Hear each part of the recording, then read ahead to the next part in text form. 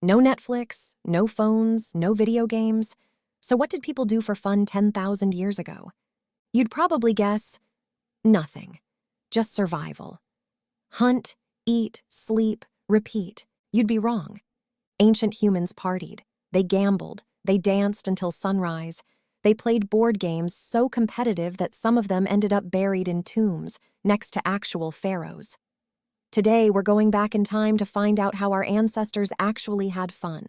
And honestly, some of it sounds better than what we do now.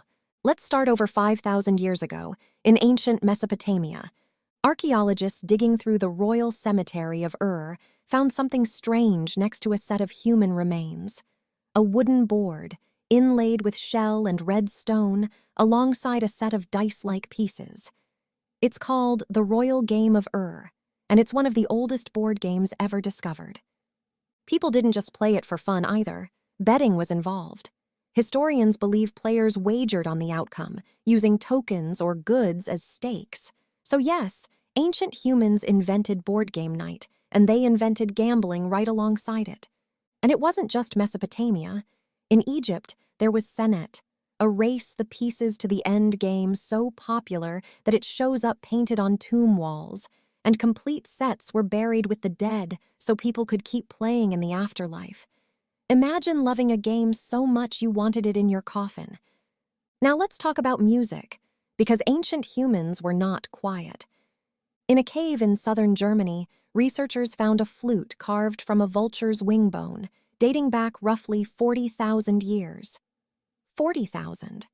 That means humans were making music before they had permanent houses, before writing, before farming. And where there's music, there's dancing. Cave paintings across Europe and Africa show groups of figures in circular formations, arms linked, clearly mid-movement. Anthropologists studying modern hunter-gatherer societies, groups whose lifestyles echo our ancient past, have observed nightly dances that go on for hours, often built around storytelling, mimicry of animals, or just pure release after a hard day. Dancing wasn't a side activity. For a lot of ancient communities, it was the main event, the equivalent of your Friday night out, except it doubled as a bonding ritual that held the entire group together. Here's something that might surprise you. Competitive sports go back further than you'd think, and they were brutal.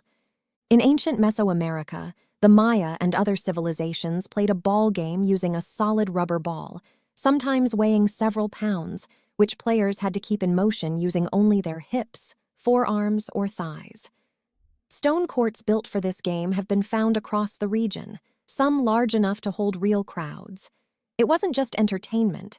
It carried deep ritual and sometimes political weight. Meanwhile, over in ancient Greece, you had wrestling, boxing, javelin throwing, and of course the original Olympic Games, starting around 776 BCE. People traveled from rival city-states, sometimes at war with each other, and agreed to a temporary truce just so the games could happen. Fun was serious enough to pause actual wars. Before television, before books even existed for most of human history, there was fire, and there was the story.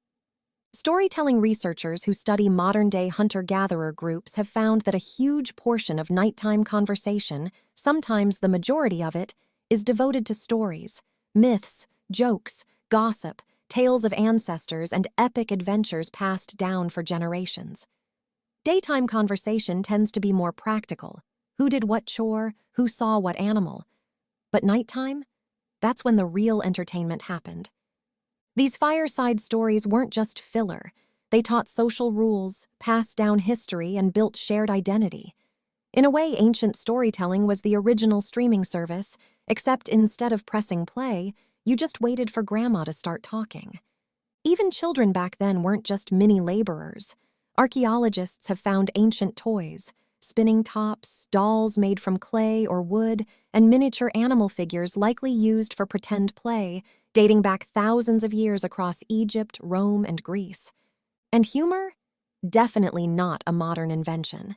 Some of the oldest written jokes ever discovered come from ancient Sumer, dating back nearly 4,000 years.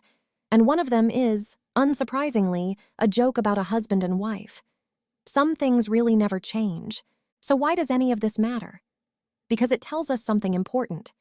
Fun isn't a modern luxury. It's not something we invented once life got easy. Fun is baked into what it means to be human. Ancient humans, dealing with predators, disease, and constant uncertainty, still made time to play games, dance, joke around, and tell stories. If anything, they might have needed it more than we do. As a release, as a way to bond, as a reason to keep going. So the next time you're binge-watching a show or beating a video game boss for the 10th time, remember, you're doing exactly what humans have always done. The tools have changed. The need to have fun? That's ancient. If you enjoyed this dive into ancient fun, let me know in the comments what surprised you the most. The gambling board game, the 40,000-year-old flute, or the ball game with a several-pound rubber ball. And if you want more, hit subscribe. There's a lot more where this came from. Thanks for watching.